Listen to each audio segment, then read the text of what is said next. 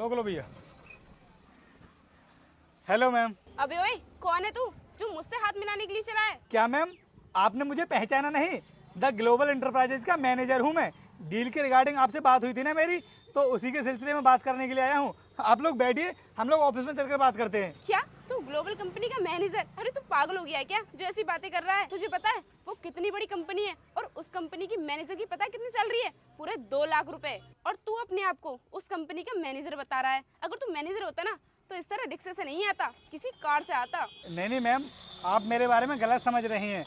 मैं आया तो गाड़ी से ही था, लेकिन रास्ते में ना किसी कारण से मेरी गाड़ी में कुछ कमी आ गई, तो मेरा ड्राइवर लेकर के उसे मैकेनिक के पास चला गया। अब मैंने सोचा कि आप लोग काफ़ी टाइम से मेरा वेट कर रहे होंगे, तो मैंने रिक्शा पकड़ा, इसलिए मैं रिक्शे से आपके पास आ गया, जिससे कि आपको वेट ना करना पड़े। तो मैम हो सकता है कि गाड़ी को आने में थोड़ा टाइम लग जाए, तो हम आपके ऑफिस में चलते हैं, तब तक डील भी हो जाएगी हमारी। तो तेरे कहने का क्या मतलब है? मैडम इस रिक्शे में बैठकर जाएंगी? मैडम के इतने बुरे दिन नहीं आए हैं जो उनको इस रिक्शे में बैठकर जाना पड़ेगा। और क्या कहा तूने कि मैं तुझे अपने ऑफिस में ले जाऊं? बेटा तेरी इतनी औकात नहीं है कि तू मेरे ऑफिस में पैर रख सके।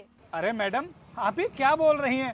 अगर मैं इस रिक्शे से आ भी गया तो मैंने क्या गलत कर दिया? अरे हमें तो अपना काम करना है, चाहे मैं किसी से भी आया हूँ। चलो हम लोग चल करके डील की बात कर लेते हैं, क्योंकि आप काफ़ी टाइम से मुझसे डील करने के लिए रिक्वेस्ट कर रही थी, तो मैंने सोचा कोई बात नहीं, आपकी कंपनी को एक बार मौका देकर देख लेते हैं। और मैम, ये तो हमारी पहली डील है। अगर आप सही तरीके से काम करते हैं ना, तो फ्यूचर में हमारी कंपनी आपके साथ बड़ी बड़ी डील भी कर सकती है। देख, तू इतनी बड़ी कंपनी का नाम लेकर उसे बदनाम मत कर। शायद तुझे पता नहीं है द ग्लोबल एंटरप्राइजेस कितनी बड़ी कंपनी है और तू अपने आप को उस कंपनी का मैनेजर बता रहा है। मैडम मुझे तो ऐसा लग रहा है उस कंपनी का नाम लेकर ये हमारे साथ फ्रॉड करना चाहता है। लेकिन बेटा तू हमारे साथ फ्रॉड नहीं कर पाएगा, क्योंकि हम सब कुछ जानते हैं। तुझे क्या लगता है तू ये सूट बूट पहनकर द ग्लोबल एंटरप्राइजेस कंपनी का अपने आप को मैनेजर बताएगा और हम तेरी बातों पर विश्वास कर लेंगे?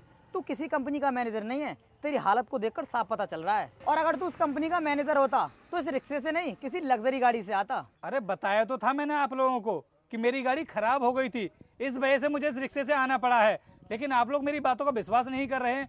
अरे आप लोग यहाँ पर मेरी बेइज्जती करने के लिए आए हैं या फिर हमारी कंपनी के साथ डील करने के लिए आए हैं? डील तो हम करेंगे, लेकिन तेरे जैसे दो कौड़ी के इंसान के साथ नहीं, द ग्लोबल एंटरप्राइजेस के साथ।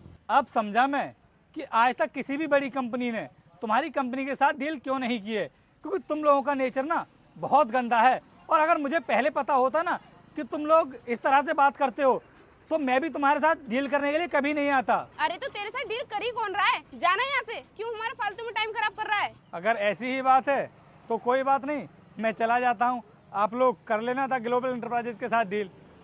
चलो भाई चलते हैं। अरे सर, रिक्शे में बैठने की कोई ज़रूरत नहीं है, हमारी गाड़ी ठीक हो गई है,